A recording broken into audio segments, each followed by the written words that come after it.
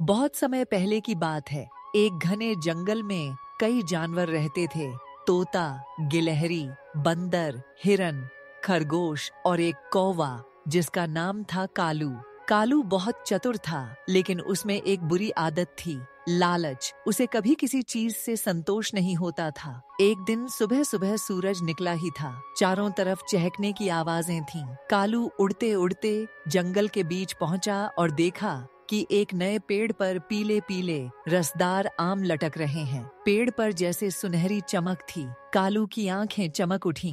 वाह, इतने स्वादिष्ट आम तो मैंने कभी नहीं देखे, उसने खुद से कहा। उसने एक आम तोड़ा और खाने लगा। जैसे ही पहला टुकड़ा मुंह में गया, वह बोला, अरे, ऐसा स्वाद तो किसी जादू से कम नहीं। उसका लालच बढ़ गया। वह सोचने लगा, अगर मैं ये सारे आम अपने घर ले जाऊं तो साल भर खाऊंगा। उसने अपनी चोंच और पंजों में एक एक कर आम पकड़ने की कोशिश की, लेकिन सब नीचे गिरने लगे। तभी पेड़ से एक मीठी आवाज आई, कौवे, लालच मत कर। पेड़ ने कहा, जो जरूरत हो उतना ही लेना सीखो।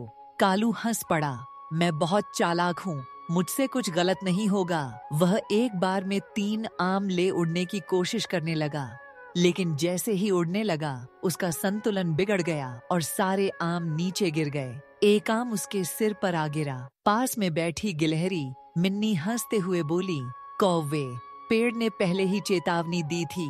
कालू थोड़ा शर्मिंदा हुआ, मगर फिर भी उसका लालच नहीं गया। अगले दिन वह फिर उस पेड़ के पास पहुंचा। अब पेड़ पर सुनहरे आम लगे थे, जो सूरज की तरह चमक रहे थे। कालू बोला, वाह, अब तो मैं राजा बनूंगा। तभी तोता टिटो उड़कर आया और बोला, कौवे, ये आम मत खाना, ये जादुई हैं। जो कोई भी लालच से इन्हें खाता है, वह पत्थर बन जाता है। कालू हंसते हुए बोला, मुझे डराना छोड़ दो, और उसने एक आम चोंच में दबा लिया। जैसे ही उसने उड़ने की कोशिश की, उसके पंख भारी हो गए, शरीर पत्थर जैसा कठोर होने लगा। पेड़ ने कहा, कौवे, अब समझ आया, लालच का फल हमेशा बुरा होता है। कालू डर गया और बोला, मुझे माफ कर दो पेड़ महाराज, मैं दोबारा लालच नहीं करूंगा। उसकी सच्ची माफी सुनकर पेड़ बोला, अगर तुम दिल से बदल जाओ और सबके साथ बांट कर खाओ तो मेरा जादू खत्म हो जाएगा। कौवे ने वादा किया कि वह अब कभी स्वार्थी नहीं बनेगा और सबके साथ फल बांटेगा। धीरे धीरे उसका शरीर हल्का ही की था।